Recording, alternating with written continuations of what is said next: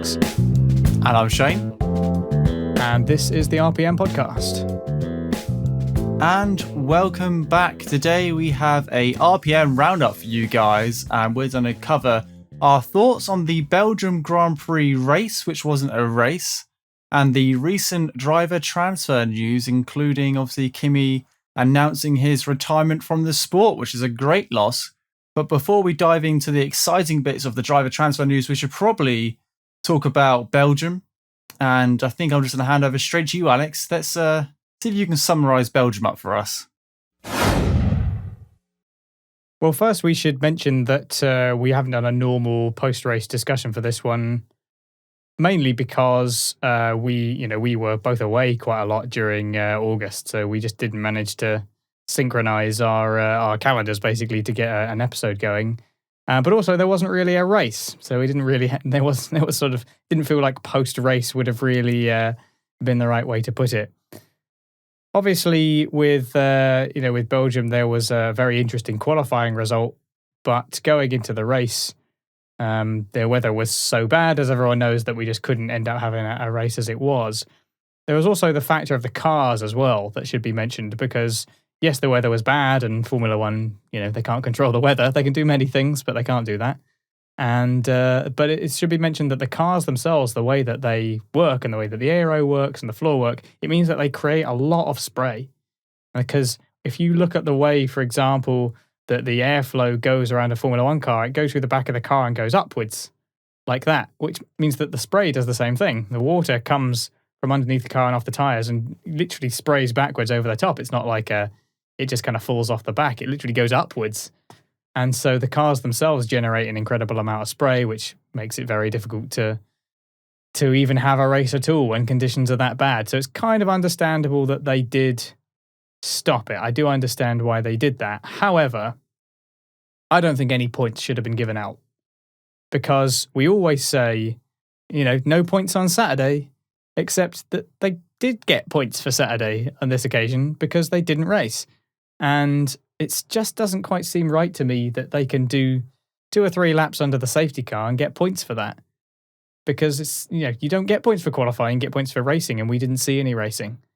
And the main loser of this was Sergio Perez, who was in a position to get some free points and binned it on his lap to the grid, and so ended up getting nothing, which also didn't really help out Red Bull anymore. So yeah, I must say I'm of the opinion that should have just been scrubbed, really. I don't think they should have got any points for that because they didn't do any racing. I completely agree. What really bothers me is the term race. When I say let's log online, Alex, and let's have a race, there needs to be the opportunity for me to overtake you or vice versa. If we went online and decided to drive behind the safety car for 2 laps and then you won it because you qualified first, I'd be a bit disappointed. And so would everyone else. Like, the fact that points are awarded for a race. Yes, correct. A race has to have people the opportunity to go green flag racing. And for those of you, who are new to the sport, green flag racing is when you can overtake wherever you want. It's normal racing conditions, no matter what the weather. What we had was a number of laps behind the safety car where the opportunity to overtake was not allowed. So I don't know how you can award points for a race where racing was not allowed. It was just a procession. That was it.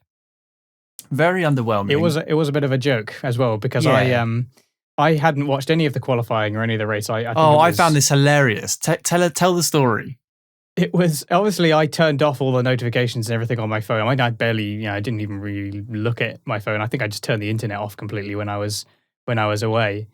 So that when I came back, I thought I finally got everything sorted, packed everything away as I write. It's time to sit down, absorb myself in the Belgian Grand Prix. Let me just add that Alex texted me saying that he's just got home and he's about to watch the Grand Prix, and I said, "Good, have fun. Like, I bet you can't wait to watch it." At this point, it's already been 4 days since the race had happened, and I knew that I was expecting to get a text back from you like 10 minutes later. Well, I watched the it was the 4OD Channel 4 highlights that they did. That was what I watched, and I watched the first bit, and because obviously I watched the qualifying and saw that already, that they did that as well on the highlights. And so I was like, great, fantastic result, incredible lap by George, fair play to him. Don't know if he's going to be able to keep hold of P2, but it's good work by Williams, good work by Russell. That was very exciting. It was a great setup, going to be an interesting race. And it started off, and obviously there's a bit of going around with the safety car and a bit of them exploring the track in the highlights. And I thought, I'll just skip ahead a bit. I don't really need to see them staring at the track. And I skipped ahead, and it skipped ahead to, well, Max Verstappen, not the way that you wanted to win the race. And what? What's happened here? And I go back, and that was the race. I'd geared myself up for it, and I got, a couple of seconds of them staring at the track, skipped ahead, and that was the end of the race. And obviously I went back and checked it and saw the procession behind the safety car. Complete joke. As I've said, shouldn't have been any points. I think that just because I mentioned Russell, he qualified very well. It was a fantastic lap. I think Williams did very well to hold on to their fresh intermediates for both cars towards the end because both cars qualified very well. And I guess they're going to be really happy with the points because for them it more or less secures that P8 in the constructors for them, excluding any other unusual circumstances. So it's good for them. I can't help but feel like if I was George Russell in that situation, I'd be a bit disappointed that was my first podium in Formula One. You basically got a podium without racing. You kind of want to feel like you got there. Like if we saw a crazy race and a hard-fought battle and he's got P2, it's incredible. That would have been an amazing podium, but it was so deflated. And he was having a good time spraying some champagne because he'd got some great points for his team. But for me, it was just really underwhelming. And the idea that anyone should be standing on the podium after driving behind a safety car for 3 laps is just a complete farce, in my opinion. And the people I feel most sorry for are the fans who had to sit there for all that time. They did at least get to see the rest of the weekends running. So it wasn't like they saw no cars going round, but they certainly didn't see a race. And they certainly got very wet. It'd be very interesting to see. A statement was released soon after the Sunday because of the outroar on social media with regards to what we saw was points being awarded for a race. That race actually happened. That is the final classification of that race. So fans technically got to see a race happen. Obviously, there's a lot of opinions, and Lewis Hamilton and Sebastian Vettel and Alonso being the highly spoken one, saying that fans should be not compensated, or fans have been hard done by because they've paid all this money for us for a session which never actually officially, did happen officially, but actually, was never a green flag session. So Formula One tweeted or released a statement at the end of the race, or a couple of hours afterwards, saying that they're going to work with the venue and their suppliers and talk about compensation. We have no idea what that looks like at the moment or whether it will materialize, but at least they're looking into it. At least they're acknowledging that it wasn't the most, it wasn't the ideal situation. But like you said, for those of them who went, bought a 3-day weekend ticket, you saw Friday and Saturday, which is great. So maybe a couple of quid off Sunday's ticket wouldn't go amiss. But who knows? But that was the Belgian Grand Prix, which wasn't. I get what you mean about George. He's ecstatic for the team. And if you're, Dorrington, you've just invested and you're the new team principal, can't remember what his name was. Capito. That's the one. You'll take the half points any day of the week because that's the difference between 10th place and 8th place, which they're sat in quite comfortably now. Obviously, and points mean prizes. Prizes is money, and then money means better Formula One cars. So they'll take it any day of the week. But did feel a little bit cheap. Nothing George could do. Doesn't take away from the fact that he had an outstanding qualifying session on Saturday. Definitely the highlight of the weekend. Probably the best qualifying session of the whole year. But yeah, Sunday just felt a little bit cheap. And it's a shame that it ended the way it did. After sitting in front of the TV for what was probably 4.5 hours, I was exhausted at the end of it just by watching the TV. I do feel for the fans who sat in a foot of muddy puddles. Yeah. It must have been quite a sesh for you. Yeah, it was rather boring. I did think that as well that it was interesting. We saw from Hamilton afterwards, he was saying that he would help out fans who had gone to the race. He was saying, Belgium ticket fans, send us your proof of purchase. They were going to do something for. I don't know exactly what he was going to do, but he said he had a surprise for them or something. And I didn't hear that. Also said they were going to do something as well. So That's quite a few news to people me, stepped yeah. in to say that they were going to help out and help the fans. What exactly that they're going to do or have done, I don't know. So if anybody went to the race and has been a recipient of some of these sort of Gifts. consolation gifts or whatever from these people, do let us know, because I'd love to know what if they have done anything and what it is. So fans haven't been left completely by themselves. It would be nice to see Formula One themselves actually help out here, because, yeah, I mean, those tickets are not cheap. So, and they've not really had their full value, have they? It's not fair to say that they saw a race, because they decidedly didn't. No, I completely agree. But that's all we can really say about Belgium. Just to cover off on our thoughts a little bit, because even though we couldn't record a podcast at the time, it hardly seems worth it to do an entire post. It almost was quite fitting, wasn't it? Yeah, it kind of is. It was like a statement. We're just not even going to bother doing an episode for it. It wasn't a race worthy of an episode. Right, so I guess now we move on to the exciting stuff, which is the driver transfers, which we were all kind of expecting throughout the summer break. I kept an eye out myself. Obviously, Alex, you were away, so you had your phone off, but I was keeping an eye out on behalf of the RPM Twitter account, seeing what we could see. And nothing happened throughout the summer break. So everyone was a little bit underwhelmed. And then we obviously had Belgium. And then a week later, we've just had the Dutch Grand Prix. And just before the Dutch Grand Prix, Kimi Raikkonen announces that he's going to retire from Formula One at the end of the season. Alex, what do you make of this? It feels like, kind of feels like it is the right time to do it for Kimi, really. This is very much the close of his career. He's 41 now, Kimi Raikkonen. So, yeah, it's kind of at the close of his career. It feels like he's done everything he can do. He has said before, it's just a hobby for me. I just do it because I enjoy it. He does have these kind of two... he does seem to have like two sides to him, doesn't he? There's the side that you tend to get in the media and in public and the like, where he's quite reserved and doesn't really like the media thing. But then everyone behind the scenes talks about how friendly he is and how helpful he is. And so it feels like, there's kind of these two sides to the Iceman, really. But what a career he's had. I remember him at McLaren.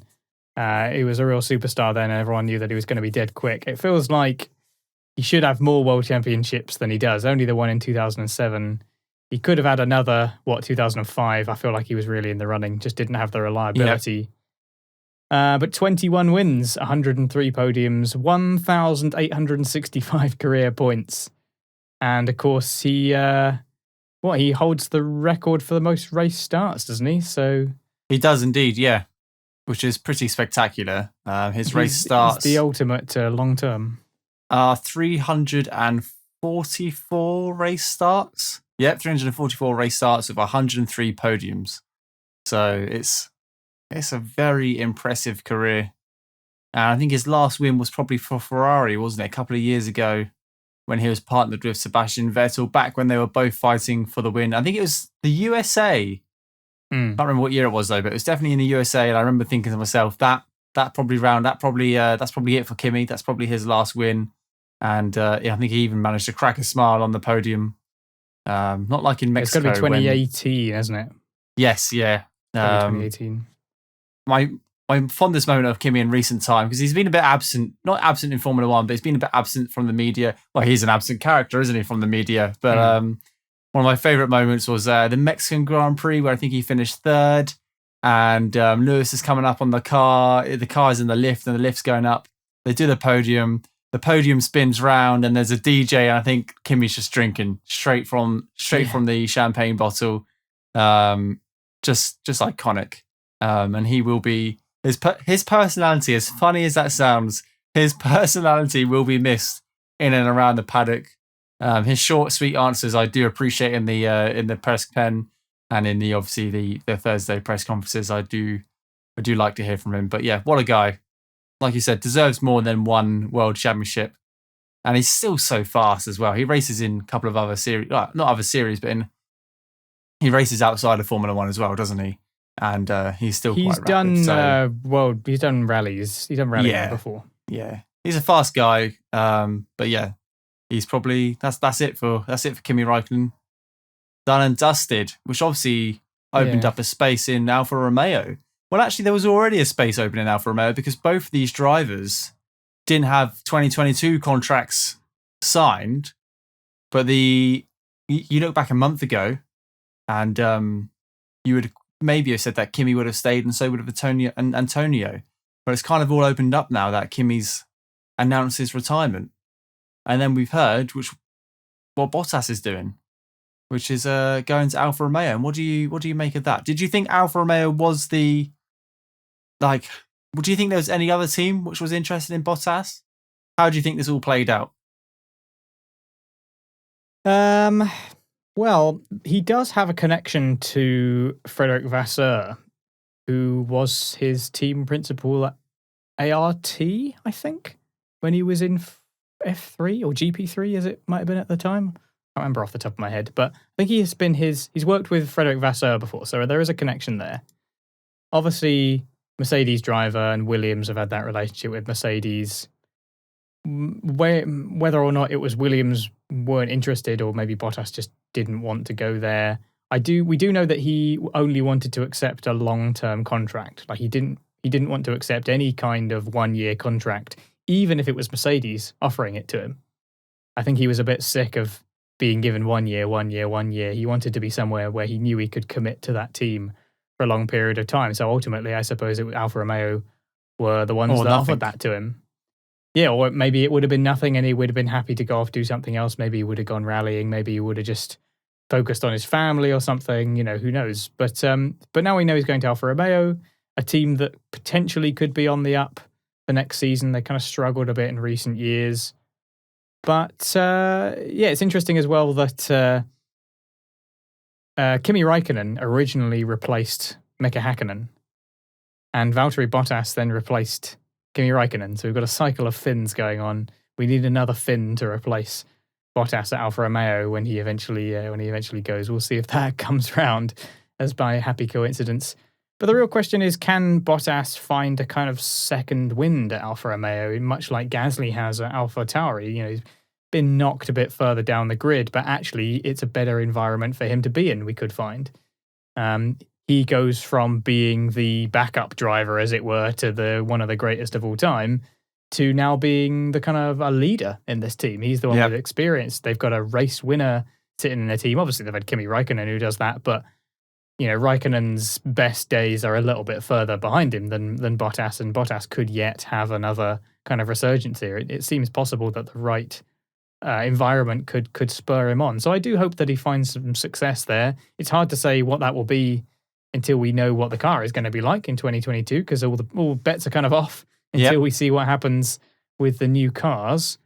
But what are you thinking for Bottas at Alfa Romeo? Is this are you feeling confident that he can find new ground here, or is this more putting him out to pasture? I think, obviously, being with a big team like we've seen with Mercedes and Red Bull and Ferrari, there's a lot of pressure. There's a lot of political pressure. There's a lot of inter-team rivalry because you're fighting for the world championship. You are fighting for that ultimate why you went into the sport. So you can imagine the amount of pressure which comes with it.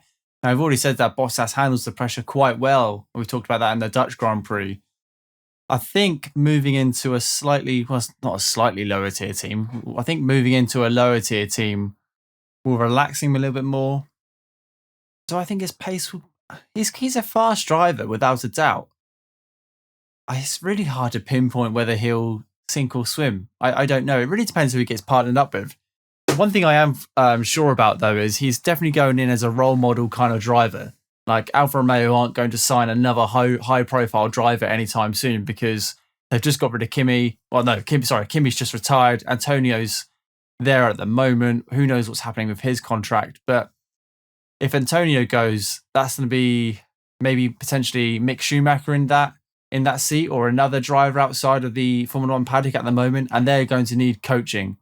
And Bottas has a heap of experience. Like he's been in 169 races. That's how many races he's entered, and he's won 9 of them, which is absolutely, it's great. If you look at his statistics as a whole, he's won 9 races. It's brilliant. If you just look at his career with Mercedes, he probably should have won more, unfortunately, but he's still a very successful driver and he's very calm, cool, and collective. So I think people can learn from him. Yeah, he's bringing that more recent experience. Yeah, it's interesting that his last win would have been the Russian Grand Prix last year. He always did well at Russia. Yeah, for some reason he seemed to do well at that track for whatever reason.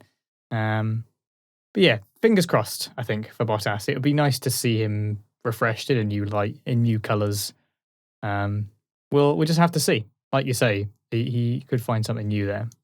And of course, that means that the other seat is also a bit unsure at the moment because Giovinazzi hasn't been confirmed.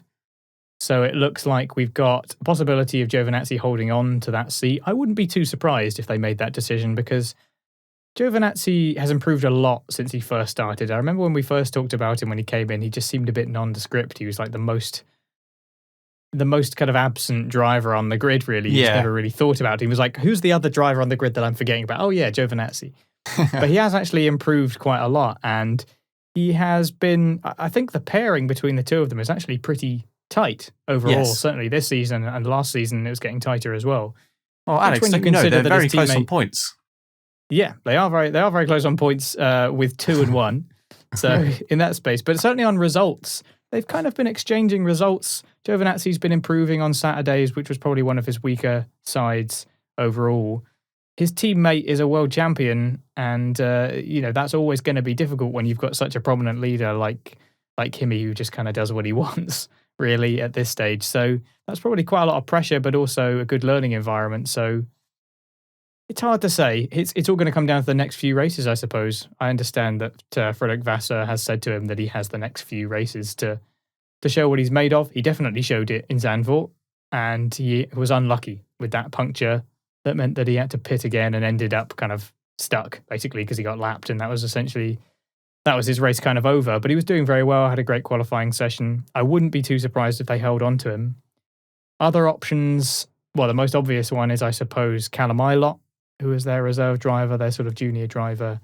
Ferrari may also want to have, may want to continue to keep that seat ready for who they want to bring up into Ferrari. And if they don't think that that's going to be Giovinazzi, they may feel the need to replace him there as well. So do you think Schumacher might be in contention?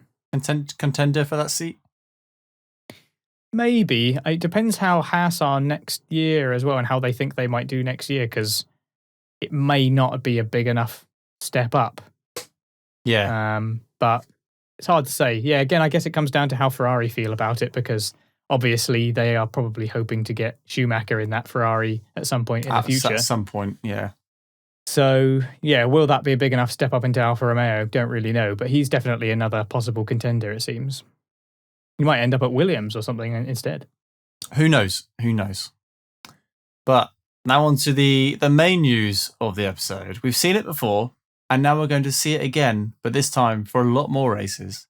George Russell has signed for Mercedes AMG Petronas Formula One team. Who would have guessed it going into the summer break that seat was going to be his? Obviously, lots of rumours. And to be fair to Mercedes, it was a difficult decision because they had the consistency, or, they have had the consistency with Valtteri Bottas over the last 5 years. He's been a little bit inconsistent this year, but he's helped them towards 5 great world championships. He's obviously secured Lewis's championships by helping defend from the Red Bulls and the Ferraris over years and years to come. But with Bottas announcing his movement to Alfa Romeo, Russell has signed for Mercedes. Wow. Now things get interesting, Alex. We've been talking about this. We've been speculating between ourselves and occasionally on the podcast, because we like to keep it factual on the podcast. But obviously, rumours have been flying about Russell moving to Mercedes, and now it's finally been announced. We've got Lewis Hamilton, who is arguably, or statistically, the best Formula One driver of all time. We've got George Russell done a partner up with him for the 2022 season. I haven't read all the statements yet. Is it just 2022 or is it and beyond? I think actually it says and beyond. So I'm not quite sure. Deal. Yes, but we're not quite sure how long for. What do you think? Just talk me through your thought process when you heard the announcement and what you think it means for the team. What's going to happen? What do you think? I certainly wasn't surprised when I heard it, because it has felt like a bit of an open secret for a little while now.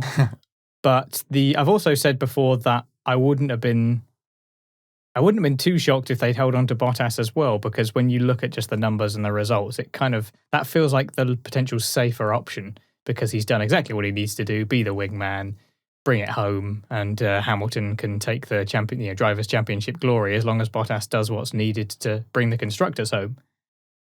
But this season, that dynamic has changed because Red Bull have brought in this, they've got this car that is more than a match for the Mercedes, and very often, as we've seen, has been better than it. Verstappen is as good as he has ever been, and so now Bottas, I guess, is no longer the safest option. They actually need two drivers that can push, and they see Russell as a potential replacement for Hamilton in the future. So they need to get someone into that seat sooner rather than later, I guess, in order to help cultivate that. The big question is, of course, how Russell is going to stack up to Hamilton, because it's not like when we saw him in Sakir, we saw him and Hamilton together. We, of course, saw him and Bottas. But that was just one race. It's very hard to draw too many conclusions from one specific race. And I'm sure that George Russell fans are being very excited and, getting, already foretelling George Russell World Champion 2022. But we'll see. Lewis Hamilton should never be underestimated. This is a guy who in his first season in Formula One had Fernando Alonso as his teammate and was a match for him instantly. So the guy has been around the block a few times. Yeah. I don't think that he should be underestimated. I'm sure George Russell won't underestimate him, but it will be very, very entertaining to see these two go head-to-head in that Mercedes. There is, of course, the factor that there's no guarantee that Mercedes will have a top-tier car next year. I think what we know about the team so far means to suggest that they will almost certainly have a competitive car, but you just don't know, do you? These regulations can surprise you, and they might end up, with only the third best car or fourth best car, and George will be fighting, but maybe not necessarily for the win. Who knows? So there's still so much that's unknown about this, but it is very exciting. I do think that Hamilton will have a driver alongside him that is not going to be quite as relaxed. What's the word? Well, maybe not. Yeah, maybe not quite as passive as Bottas, and it will be certainly very entertaining to see those two together in Mercedes. I almost feel like we're kind of going back to the days when Nico and Lewis were together. Now, I didn't like all the fallout between those two drivers because it's not what I watch the sport for. I watch the sport for competitive driving and great on-track racing. And that's what Nico and Lewis did. They had great on-track racing with one another, which sometimes resulted in a few offs and a few half spins and a few DNFs and front wings going off and punctures and various other bits and bobs. But like you said, Bottas has been quite passive over the last couple of years, hasn't really attacked, doesn't really defend, has just sat there quietly in P2 or P3, scooping up the points which he can, which is absolutely fine because that's what's been required of him. But like you said, up until this point, now they need a driver who can really send it to the Red Bulls. And I think George is that guy. We've seen how aggressive he was. And it's what you can take away from the Sakir Grand Prix, that he was aggressive straight from the off. He could have quite easily sat in P2 for the whole race and scooped up more points than he's won in the last 3 years and been on his podium, which would have been, a massive win for him. But he still sent it around the outside of Bottas and still decided to put this foot down and take him on the start line, which is, it's good to see. And I don't imagine him doing anything other than trying his absolute best to beat Hamilton next year. He won't sit second fiddle, and I think he'll try his best to be as competitive as possible, which is exactly what we want to see. Well, as we mentioned before, Bottas's passiveness comes not from necessarily him deliberately being passive, but just that being a nature of the way that he seems to drive the car and the way that he seems to choose to defend and attack as a driver, but also his overall pace. So I wouldn't like to accuse the man of deliberately being passive, but rather just the way that he drives and the way that he seems to behave on the track. That's the impression that it leaves. So yeah, very entertaining. Still far too many factors to say what will happen, but I think that we are in for a serious fight between those two, and I hope that's what we get to see next year. And we'll be sat there loving every single bit of it. Well, hopefully. Yeah. Well, thanks very much for joining us. And just a quick roundup there to cover our thoughts on Belgium and the transfer news. Do let us know what you think of all the news that we've had, as well as your thoughts on Belgium as well. You can comment below if you're on YouTube. You can send us a message or comment on Twitter at RacePerMinute, or contact us via email info@raceperminute.com. Via the website, there's a contact page on there. You can also subscribe on your podcast app on YouTube, do all the various clicking of buttons that helps us out and gets all the episodes straight to you. Make the algorithm like us is basically what we're asking you to do. You know, this whole system is designed to understand you, and if you like Race Per Minute, then you've got to tell them, otherwise they can't send stuff to you and get you to keep using their platform, because that's how the whole thing works. So if you would subscribe and the like, we definitely appreciate that. And if you really like what we do, then you can support us on Patreon, patreon.com/RacePerMinute, whereas for as little as £1, you can support the show and help us keep going. It is not free to do what we do here. We are putting our own hard work, time, and money into this to make sure that we bring the best quality that we can. So if you want to help pay some of that back and keep us going, then we'd really appreciate that. Which just leads me to say that at the time of recording, we've just done this after doing our post-race for the Dutch Grand Prix, so we're still awaiting the Temple of Speed. Shane, anything else you want to add before we finish off? No, but it's just so probably yes. If I'm going to say no and then carry on. No, but yes. No, but yes. I'm looking forward to seeing who fills the remaining seats in Formula One, who's going to partner Bottas, and what happens to the Williams seats. Obviously, George is gone. Latifi, is he safe? Is he not? Who knows? And obviously with the Haas drives as well, money's on Nikita staying because of the financial backing, but Schumacher might want to go elsewhere or might have an interest from another team. You said earlier that he might want to go up to the top ends of the team, but those places are pretty secure at the moment and don't look like they're changing anytime soon. So maybe Alfa Romeo is the best step, but who knows? Couple of seats free, couple of months left of Formula One. I'm sure it will all come out in the wash at the end of the year, and I can't wait. Yeah, silly season is not quite over yet. Almost, although but not quite.